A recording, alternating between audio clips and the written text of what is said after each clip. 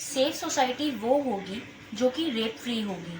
India is having the highest crimes in the world, but rape एक ऐसा crime है जिसमें रेप विक्टिम्स की पूरी लाइफ स्पॉइल हो जाती है, चाहे हम वो मेंटली बात कर ले या इमोशनली या फिर फिजिकली, तो होती है उनकी खराब। ये जितने भी रेप हैं ये उसके छोटे कपड़ों की वजह से नहीं, उन रेपिस्ट के एविल माइंड से आती हैं। India is second largest country of this world and having a high rates of crime, and rape is the fourth most common crime in India. Rape सबसे घिनौना क्राइम है जो कि रेप विक्टिम्स की पूरी जिंदगी खा जाता है। कई रेप केसेस तो दर्ज ही नहीं होते हैं क्योंकि सोसाइटीज ने अपना माइंडसेट बना रखा है, अगर रेप हुआ भी है तो वो औरतों को ही दोष देंगे। लाइक उनके कपड़े छोटे हैं, वो रात को देर से बाहर रहती हैं। सोसाइटीज ने अपना माइंडसेट बना रखा है कि रेप जो होते हैं वो लड़कियों के छोटे कपड़ों की वजह से होते हैं या फिर उनके देर रात को बाहर रहने की वजह से होते हैं, लेकिन ना तो वो उनके कपड़ों की वजह से होते हैं और ना ही उनके देर रात को बाहर रहने की वजह से होते हैं।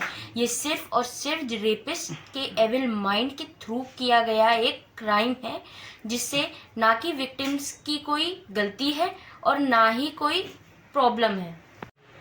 आखिर सवाल ये उठता है कि हमारे देश में हर साल ये रेप के केसेस इंक्रीज हो क्यों रहे हैं। उनका एक ही जवाब है कि हमारे देश में कोई स्ट्रिक्ट लॉ नहीं है जिनसे रेपिस्ट के मन में वो डर आए कि हाँ ये गलत है, हमको ये काम नहीं करना चाहिए।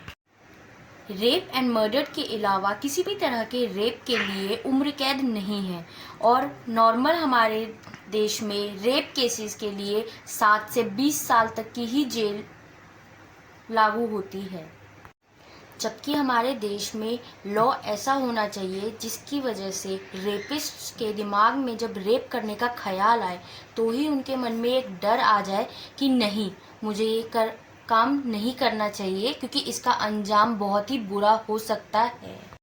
ये लोग रेप करते ही इसीलिए क्योंकि इनको ये चीज़ मालूम है कि कुछ सालों की जेल और उसके बाद ही आज़ाद हो जाएंगे।